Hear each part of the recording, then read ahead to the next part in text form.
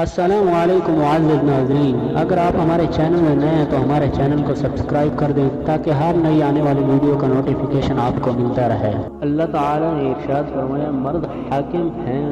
عورتوں پر بوجہ اس فضیلت کی جو اللہ نے بعض کو بعض پر عنایت فرمائی، اور اس وجہ سے بھی کہ انہوں نے اپنے مال خرچ کیے۔ بس نیک عورتیں فرما برداری کرنے والی ہیں اور خاوند کی غیر موجودگی میں اپنی عصمت کی حفاظت کرنے والی ہیں، اور اسی حفاظت کے سبب جو اللہ نے فرمائی۔ اور حدیث یہ کہ حضرت ابو ہریرہ رضی اللہ تعالیٰ عنہ روایت ہے کہ رسول صلی اللہ علیہ وسلم نے ارشاد فرمایا،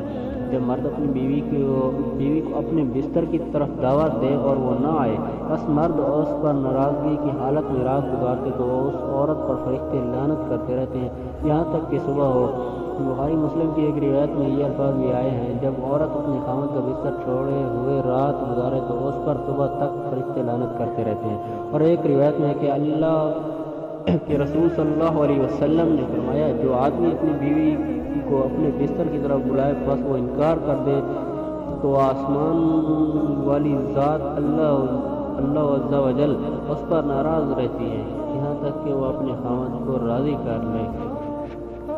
ایک اور حدیث ہے کہ حضرت ابو ہریرہ رضی اللہ تعالیٰ عنہ سے روایت ہے کہ رسول صلی اللہ علیہ وسلم نے ارشاد فرمایا، کسی عورت کے لیے جائز نہیں کہ وہ نفلی روزہ رکھے جبکہ اس کا خاوند موجود ہو مگر اس کی اجازت سے، اور نہ ہی